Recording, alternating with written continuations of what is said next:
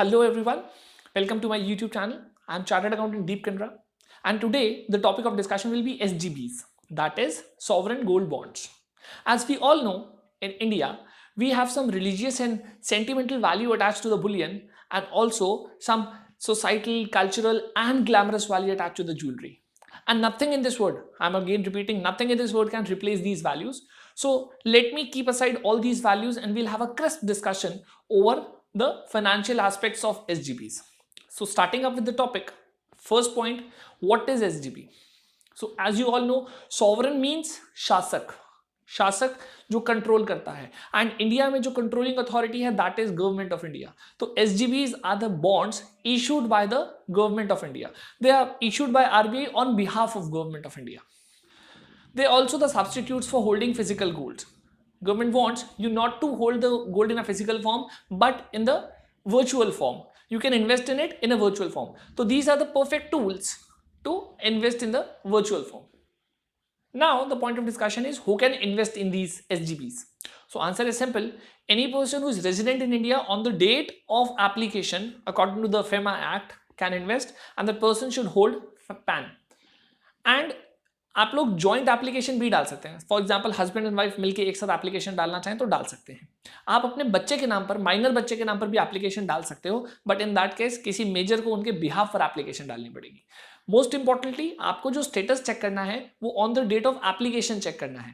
For example a person can be resident on the date of application. He may turn out to be non-resident afterwards, but that will not affect the eligibility for the scheme. Now most important point of discussion, sir ये gold bond मिलता कितने का है? What is the price?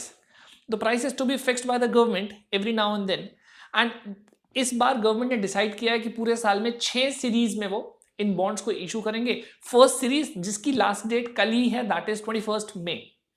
आप इसको बाद वाली series में भी परचेज कर सकते हो, बट स्टिल अभी का प्राइस हमको पता है तो हम उसके ऊपर डिस्कशन कर लेते हैं. अभी का प्राइस है 4777 पर ग्राम.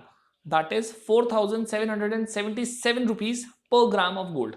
Per gram of gold will consider to be 1 unit of SGB.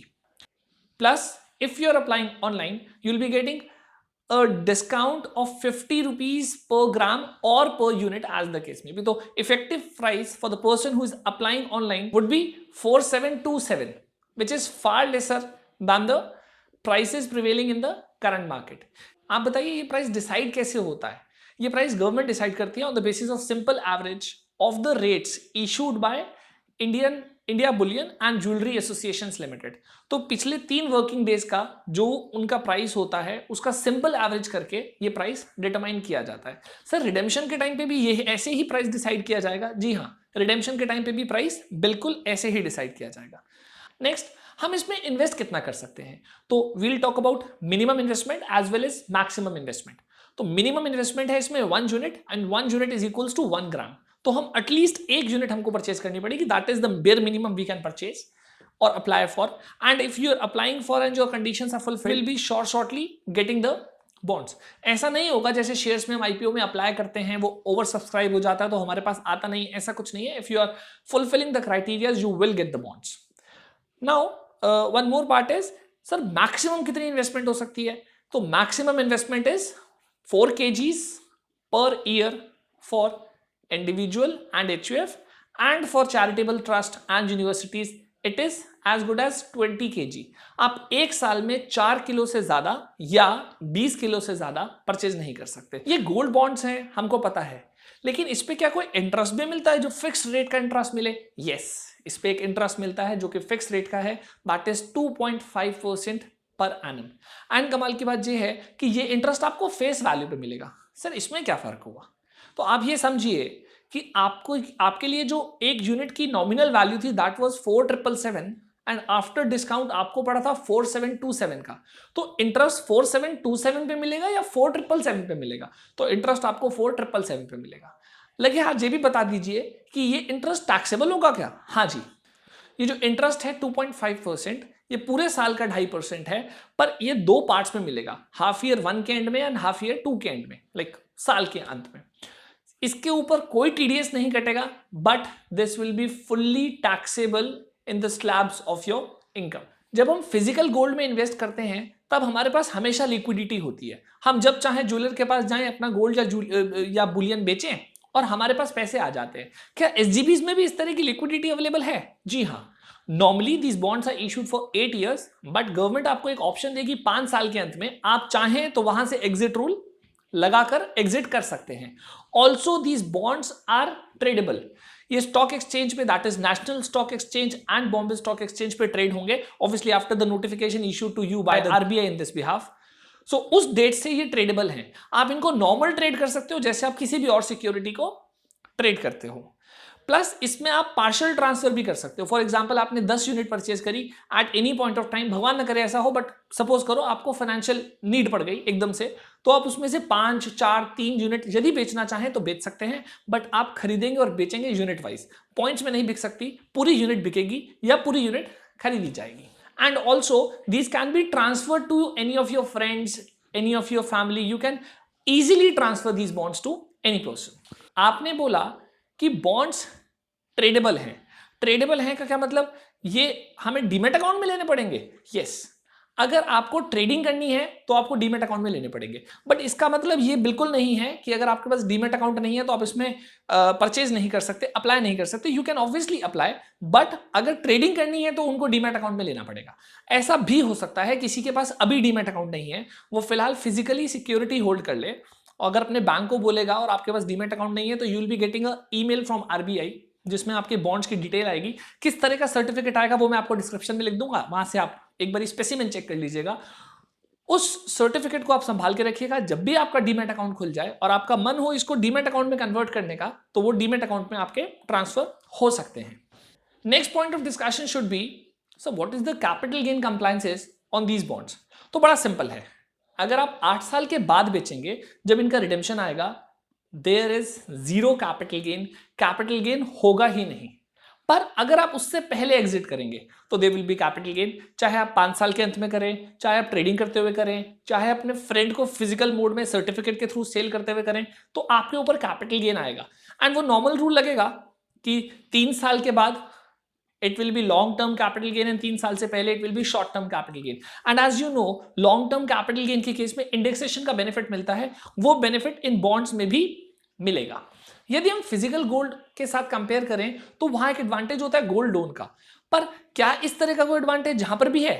जी हाँ, यहां पर भी वो एडवांटेज है। आपके SGBs they are eligible as a collateral security for term of loan. आप इन एसजीबीज के अगेंस्ट जाकर लोन ले सकते हो। हाँ, दिस इज ऑब्वियस, ये बैंक की डिस्क्रिप्शन है कि वो आपको लोन देगा या नहीं देगा, obviously on the basis of your credibility.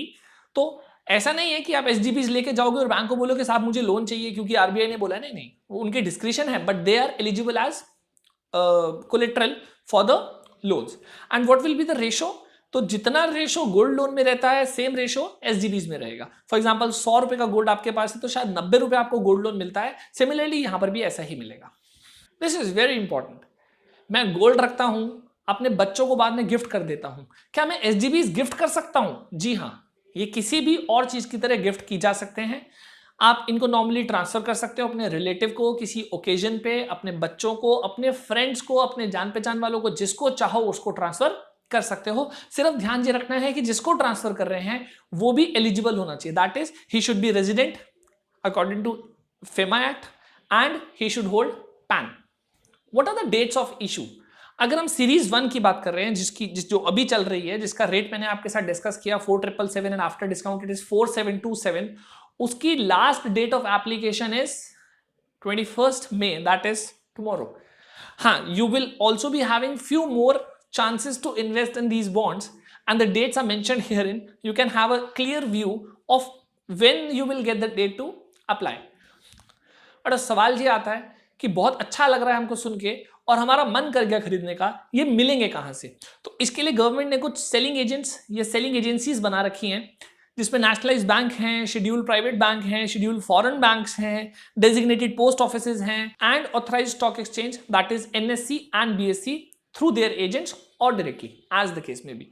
और बहुत इंपॉर्टेंट, आप जिसके भी थ्रू इसको परचेज करेंगे, लेटर हाफ में सपोज आपको किसी कस्टमर सपोर्ट की जरूरत पड़ती है, सपोज करो आपको अपना बैंक अकाउंट चेंज कराना है, या इन बॉन्ड्स को ट्रांसफर करना है, या इनको अर्ली रिडेम्पशन कराना है, या नॉमिनेशन चेंज कराना है, इन सभी केसेस में आपको जो कस्टमर सपोर्ट सर्विसेज दी जाएगी वो यही सेलिंग एजेंट देंगे। And last point of discussion should be nomination. आप नॉमिनेशन करा सकते हैं किसी का भी जो आपके लिए एलिजिबल है, जिसको आपको ठीक लगे, और उसको कैंसिल भी करा सकते हैं, उसको दोबारा चेंज भी करा सकते हैं। ये सभी काम आपके लिए आपका सेलिंग एजेंट करेगा as a customer support service. I hope you are clear about the SGBs and decision should be yours whether to invest in SGBs or not. If you consider them to be good investment, do invest in it because last date is very near. And in case you find any problem, any query related to these SGBs, kindly comment me below. I'll reply to that, and also tell me the future topics you want videos on. Thank you very much. Till then, stay home, stay safe. Thank you.